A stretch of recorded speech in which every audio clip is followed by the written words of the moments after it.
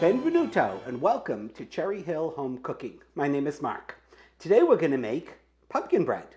My mother cut this recipe out of a magazine many years ago and it became a family favorite. There's several reasons I love this recipe. First one is it makes 2 loaves. It tastes delicious, and the third thing is it freezes beautifully. Around this time of year I always bake several loaves and wrap them up well and put them in the freezer, and they have them for the holidays, and they easily hold for a good 3 months. All right, so what we're going to need for today's pumpkin bread is we're going to need 15 ounces of pure pumpkin. I actually bought the bigger can because I go through a lot of it around this time of the year. It was probably a Libby's recipe, and probably had a coupon with it many years ago, because in my mother's recipe she said to use Libby's. But anyway, so I've measured out 15 ounces. For this particular recipe, you need 15 ounces. So please don't go buy the big pound and a half can unless you're going to make several recipes. Also, the thing to remember, you want to make sure that you use it. The can will either say pure pumpkin or pumpkin puree.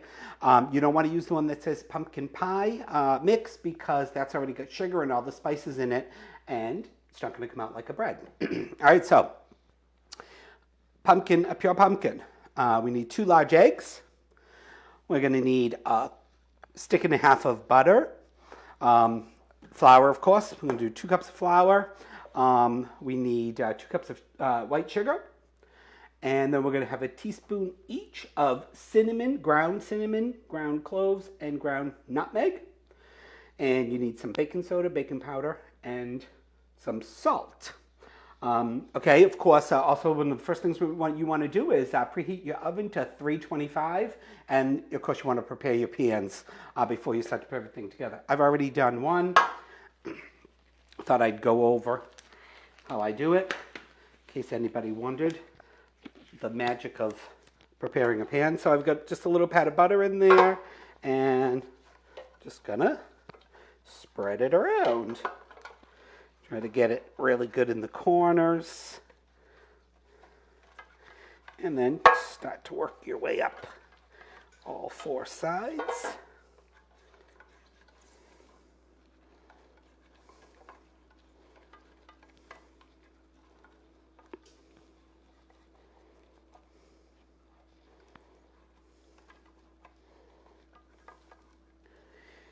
So again, go over the corners a couple times with my finger, make sure it's good and prepared, greased in there. This is just the same unsalted butter I'm using. You can use any type of, you could use like butter flavored Crisco, or maybe just some Crisco. You could also use the, the spray, the baker spray. I don't, for some reason, I've never used that. I don't know if it's because I don't trust that it's going to work or not, but anyway, couldn't be easier. Put some flour in there, and then just shake it around all the sides. Get a good coating on there.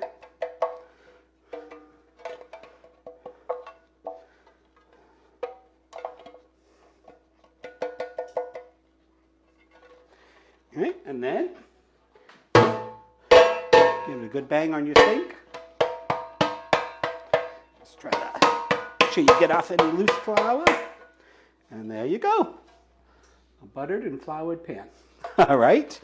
And then we're just going to set those to a side. All right, the next thing we're going to do is, I've already got 1 cup of flour in here. We want a level cup of, this is all-purpose flour.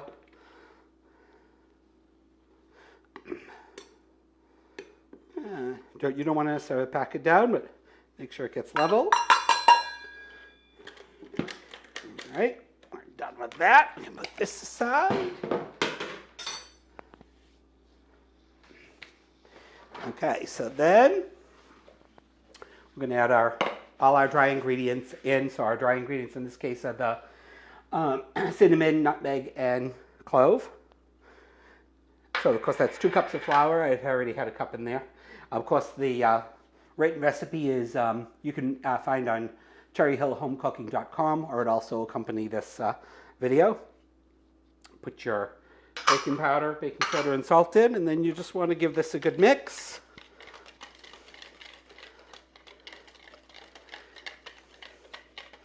Give it all incorporated in there.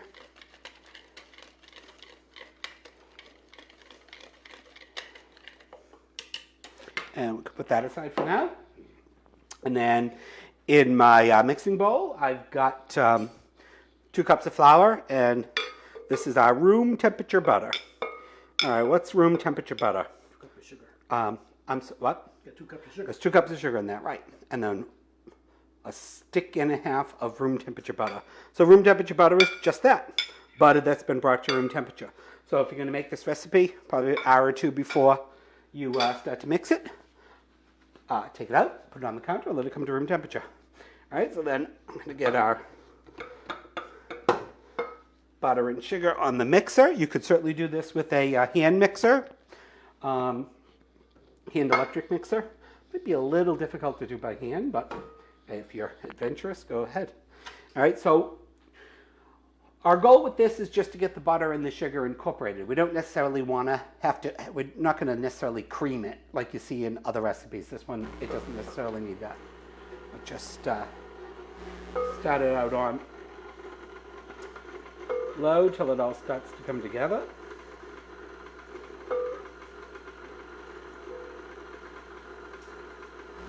Turn it up a little bit.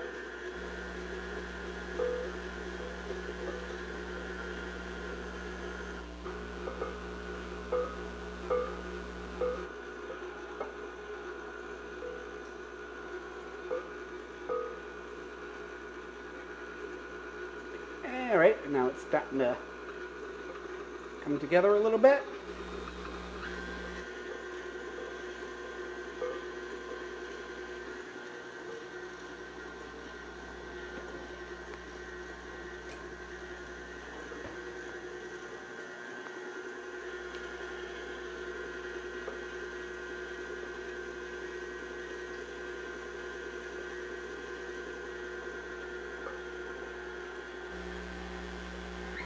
And again, I just want to kind of get all the big pieces broken up, get the sugar start to be absorbed by the butter.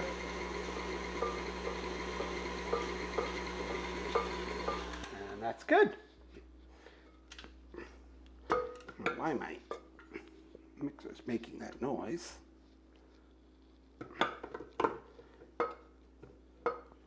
All right, then we got our 2 eggs.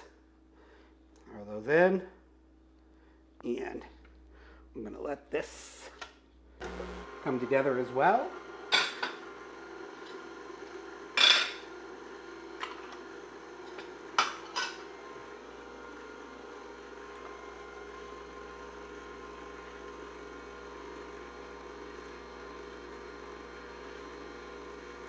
I did bring the eggs to room temperature as well.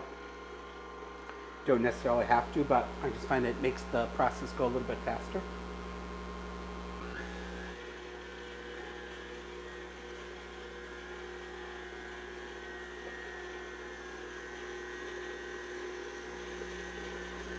All right, you'll see that's exactly what you want. It's a little bit, it's not creamed together where it's starting to get thick, but you do want it kind of just light and fluffy.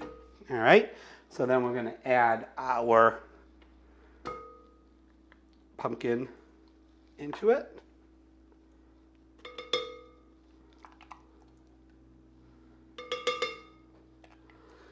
Now there is no milk or any additional water with this recipe.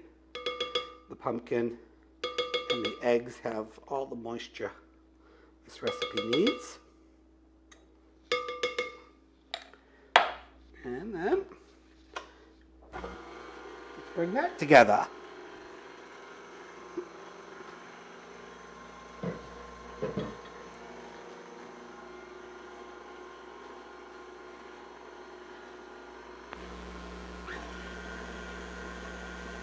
It's for a few little bit, and then I'll scrape down the sides, make sure everything is moving along well in there.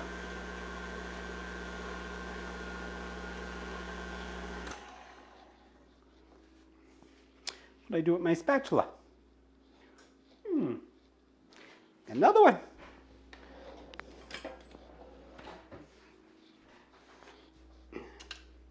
All right, so let's get in there and get all that butter out of off the side.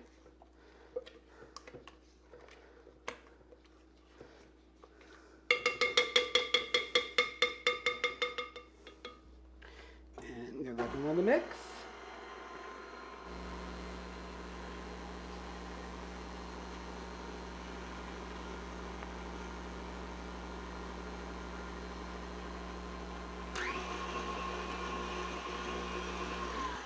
All right, you'll see it looks maybe a little broken or that it's not thoroughly incorporated. That's the way it should look. That's fine. As soon as we start to add our dry ingredients in, it's all going to come together. You can dump this in all at once if you want. I'm going to do a little tiny bit at first couple just so that I don't get flour all over the place. Start it out slow. You can smell the cinnamon and the nutmeg and the cloves and the pumpkin.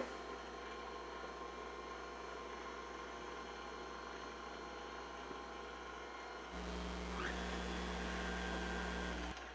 right, let me put another.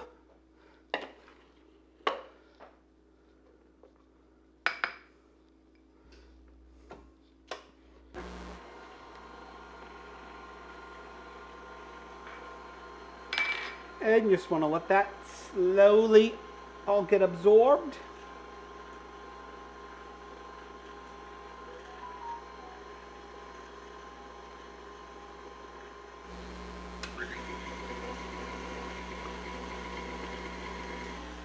All right, let's scrape it down and add in the rest of the flour.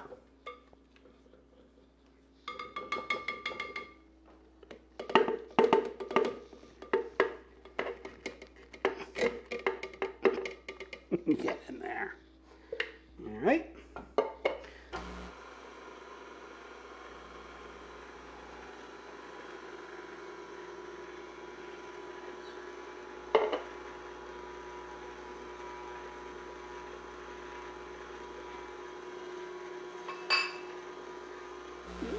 Squeeze it up a bit.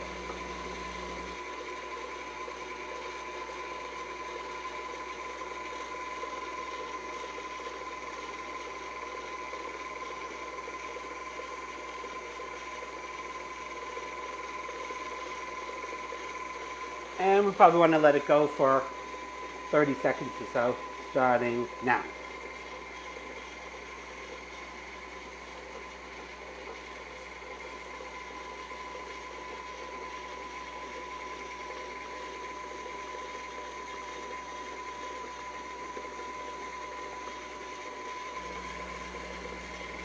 Close enough.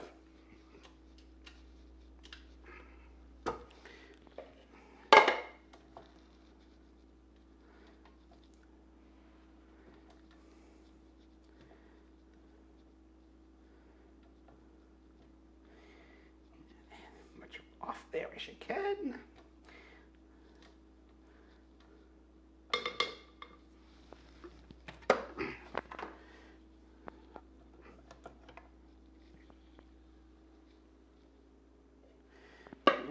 And then I'll give it a couple stirs by hand and scrape down the sides. Make sure.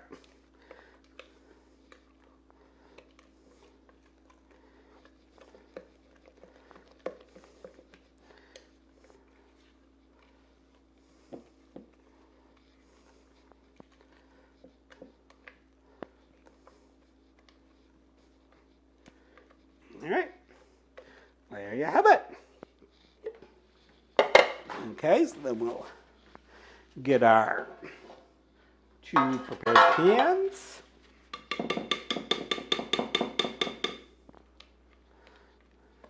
And of course you want to split it evenly.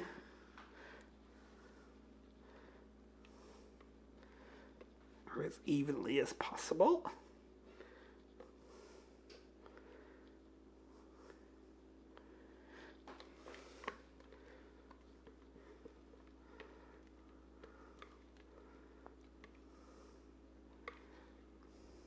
Oh, by the way, this is a 9-inch loaf pan. The recipe calls for a 9-inch loaf pan. If you don't have a 9-inch loaf pan and say you've got the 8 or 8.5-inch one, remember, you could use that. You're going to have to adjust your baking time for that. Keep that in mind.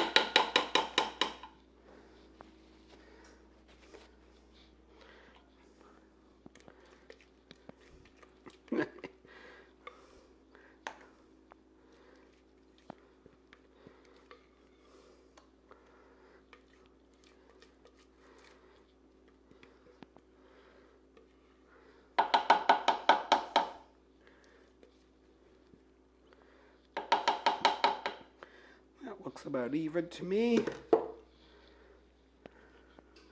And then spread it out. You can see it's a pretty thick batter. So just push it to the sides and into the corners.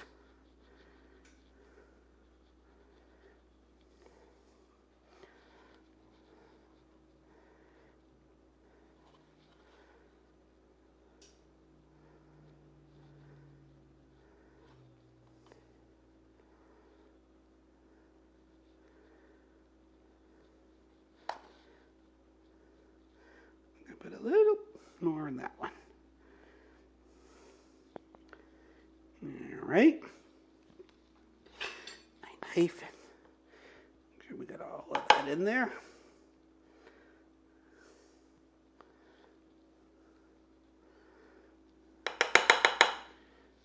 Okay. Do a little taps. Spread out.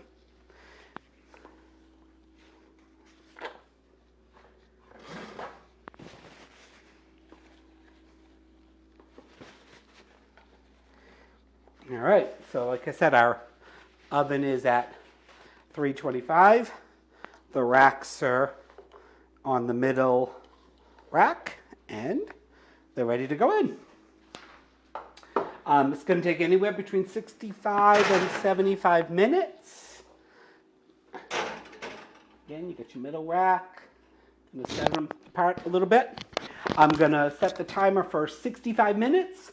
Come back and check them. If they're done, they're done. If not, we'll give them another 10 minutes. So, okay, Google, set the timer for 65 minutes.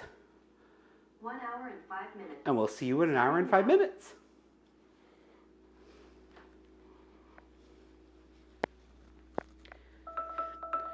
Okay, Google, cancel timer.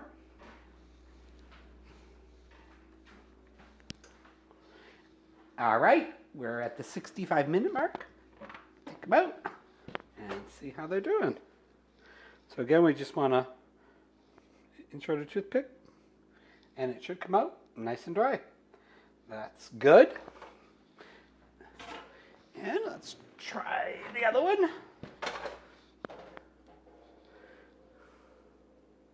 And that's perfect as well. All right, so we're going to let these cool on the rack for 10 minutes. Then we'll come back out and put them on the racks. Okay, 10 minutes have gone by. Let's turn it out onto the baking sheet. There you go. Comes out nice and easy. You want to let this, cool pretty good before you cut it. If you can wait, it's delicious warm. And if you're going to freeze it, you want to make sure it thoroughly cools before you wrap it up and get it ready for the freezer. Once it's cool enough to cut and eat, we'll come back and we'll take a taste.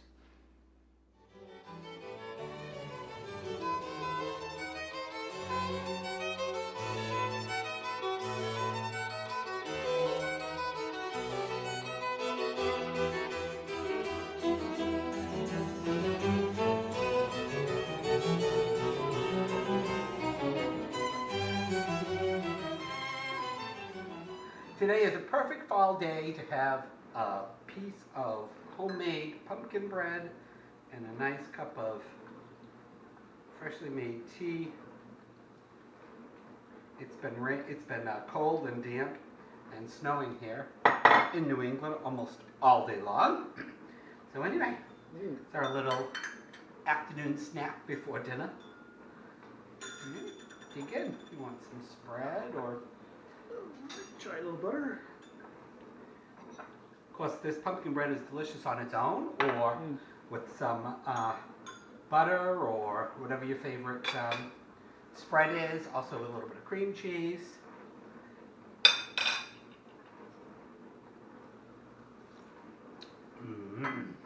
Wow. That's good. That's delicious. Like I said, I love this recipe because it's quick and easy. You can freeze it. You can eat it all at once. You really taste the clove and the cinnamon and the spices nutmeg are nice, yeah. and the pumpkin. Delicious bread. Delicious. Well, another video down. Thank you for all your work. Now he's going to edit everything all together. Thank you for watching. If you want to get the written instruction in this recipe, go to cherryhillcooking.com. Cherry Hill Home Cooking. Oh, I'm sorry, got my own website wrong.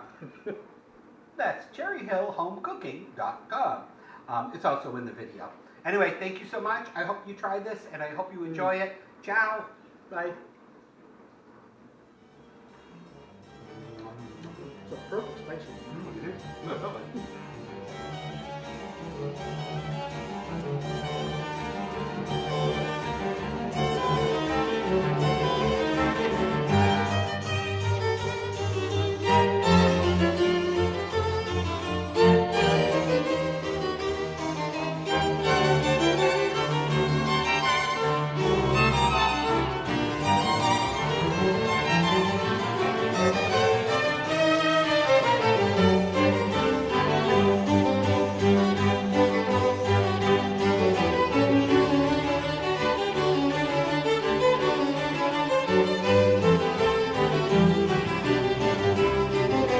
Thank you.